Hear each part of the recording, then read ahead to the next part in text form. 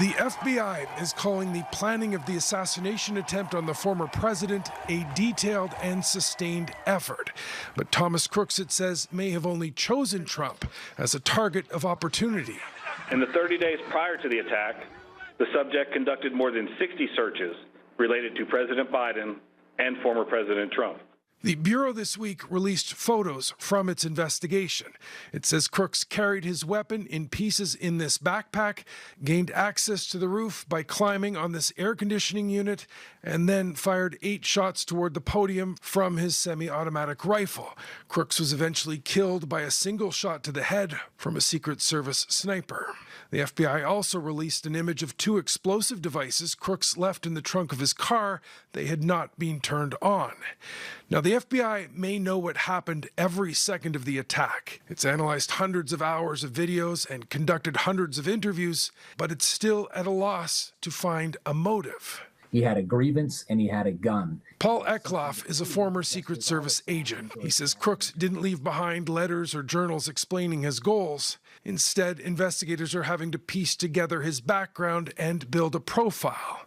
What they're finding is a young man with a difficult childhood who showed a progression towards mass violence. It was going to be a school, it was going to be a mall, or it was going to be some other splashy event where he could make his presence felt.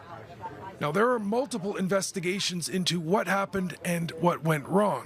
Monday, a bipartisan group of lawmakers toured the site, some saying they were left with more questions than answers. I definitely took note today that there were a lot of lines of sight that appear to have been unsecured.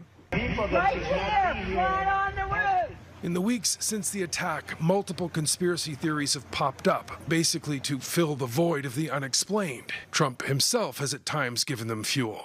They were making it very difficult to have proper staffing in terms of Secret Service.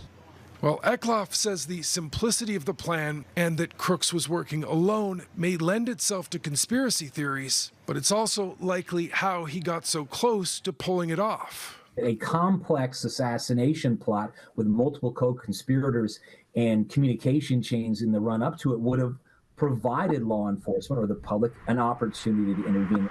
The FBI says it hasn't found Crooks's politics to lean left or right, Democrat or Republican. It says it seems to have been a mixture. What it has found are online searches for things like how far away was Oswald from Kennedy, seemingly clear signs of what he was planning, signs that were missed.